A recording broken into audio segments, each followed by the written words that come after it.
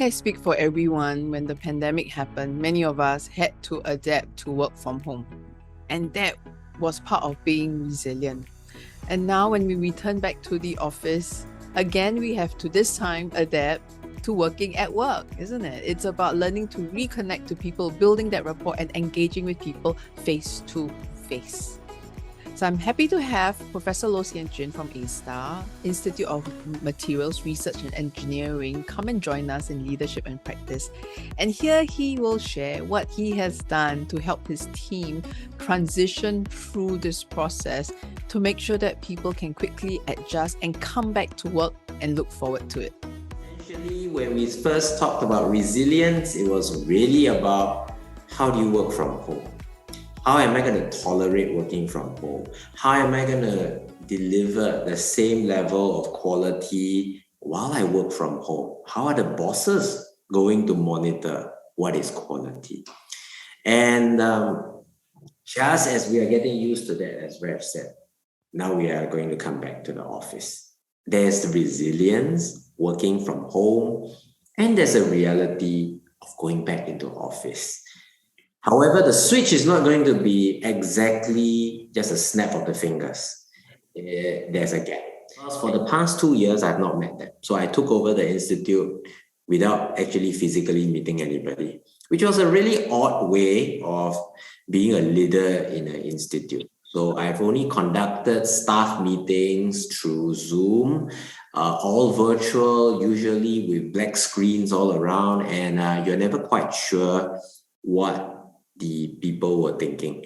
So sometimes they would actually put in feedback and things like that. And believe me, I tried a lot of things. Right?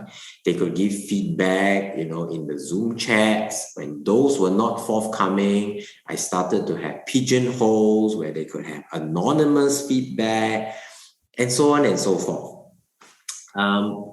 But nothing really beats the physical presence. When people can come back, the first thing I started to ask my management team is, talk to your people, right? The first thing, right? And what I always challenge them is, your colleagues as people, but do you know your people? That's the question. So when we talk about knowing people, it is not knowing about the person's job scope. It is not knowing about what he or she is doing. It is not knowing about what kind of achievements that he or she gets. And I appreciate that the number of people in an organization sometimes is really huge, from hundreds to thousands, right? But I believe that, as a leader, we should strive to get to know everybody. It is not just knowing them by name. It is also knowing a little bit about their background, their interests, and where they come from.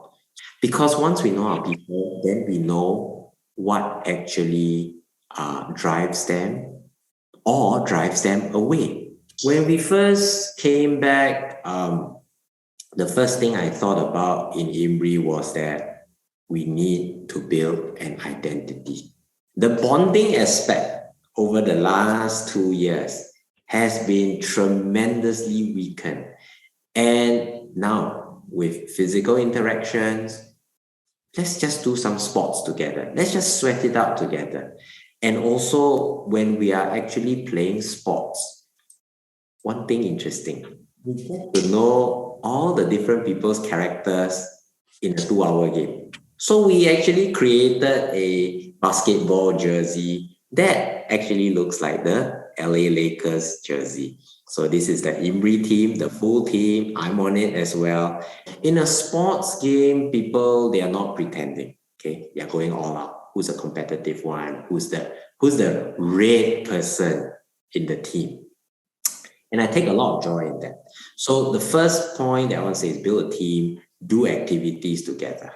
Now, if sports isn't quite your thing, food must be your thing. Food or drinks, And I think that one of the things where we really put in effort on is to organize gatherings for peers. So the peers, in my definition, will be fellow executive directors. These are the guys who run IMRI, or my institute. It's not me. And I think that over the entire pandemic, I think they worked so hard, there is also pressure on them. So let's look at it this way. Resilience is not only for the staff. The leader has to have a certain resilience as well.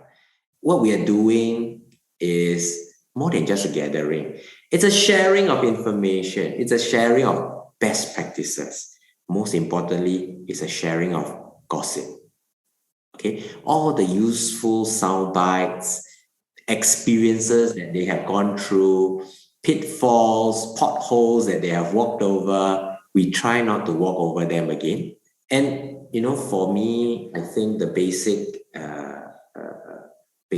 thing that I would do for them is to reward them and encourage them in whatever way I can. I don't just say that, okay, you guys are directors, you are expected to be tougher than others. No, they are humans. They also have families. They also have mouths to feed. They also have kids. What else do we do? In IMRI, we really have a social committee that is committed to bringing out the best in the staff. For example, we have got some tickets through our personal contacts to watch a Singapore League football game. This is sort of the bonding activities that we now can do at Jalan Besar Stadium, somewhere outside. And we have this Kid Fit initiative. Okay, we have this IMRI fruit distribution. So from time to time, we have fruit distribution, we have like cookie distribution, and trust me, the cost is actually very low. Fruits are cheap. I wanted people to come to the pantry, to gather around, to collect the fruits, and to start to talk to each other like, hey, hi, I've not seen you for some time. Okay, how are you doing? And they could talk about this over a healthy fruit snack. So the pantry in IMRI is a very important gathering point. The pantry allows the staff to come together. The pantry allows the staff to exchange gossip. Sometimes I notice that at the pantry, when people are either queuing up to heat up their food at the microwave, they start talking. So actually, this is a node whereby people will start to gather and pass information to one another. We have also looked at Fun Run. Okay, so Fun Run 2021, we have a Fun Run 2022 coming soon. During the period last year, some of us were allowed to come back, and basically they were coming back to the office at certain hours, and it wasn't full force at that moment. And this is when I noticed that the staff actually, when they came back, they appeared a little bit rounder than usual. They were moving a little bit slowly. The chairs that they used to sit in now look really tiny when they sit there. So I decided one thing. Everybody has to keep fit. Okay, everybody has to keep fit in some way. But how am I going to organize activities when only half of them are in IMRI and the other half are maybe working at home? So I decided, let's do a run. And these days, using runs, you have the trackers, you could do the GPS, and you can, of course, have a little mini competition that comes about. So then the thought behind it was that, how do you actually bridge the so-called the physical people and the people working from home? And we thought that the Fun Run could be something that can be done because it was actually a common activity and the people could do it anywhere they want. They can come to the office and run around One North, or they can do it in their own neighborhood. And either way, there was also the chat option. There was also the social media option. They can actually start to post their achievements. Today, I completed 5 kilometers. And I think that by and large, I subscribe to the idea that a healthy employee is a happy employee. So if they keep fit, if they do their yearly checkups and they find that they have no high blood pressure, not high levels of cholesterol, and all that, they would be less worried about things. Because when I spoke to some of my people, they express their worries. And this is where knowing your people is very important. They think about, oh my goodness, prices are rising. Will our salary go up? Will the government give me more incentives? How are we going to afford healthcare bills in the future? So I said it's very simple. You just don't fall sick. Okay? Try to run more. Eat less fried chicken wing. Eat less char kway teow. Okay, that kind of thing. And I think by and large it's working. I think that a lot of people are enjoying this fun run, and we are back for a second year. Bigger challenge, team challenges, group challenges, and we have our own customized app as well. Again, it's very cost effective to organize this kind of thing. It is not prohibitively expensive. Another event that we organized was called Through the Lens, which is an IMRI photography sharing exhibition. And what we did was actually to allow people to submit some of the nice pictures that they have taken. Photography is actually this artistic thing, right? That merges the precision of the camera with the imagination that the photographer can bring in.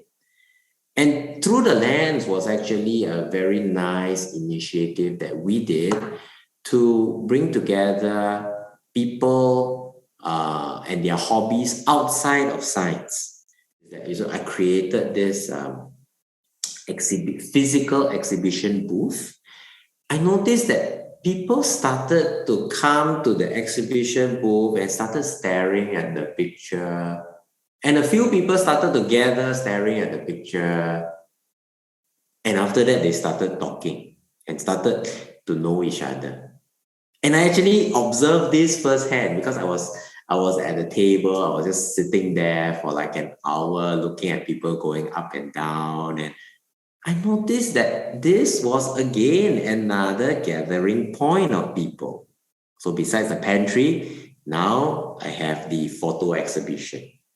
So these are things that I actually find very important in bringing together people physically.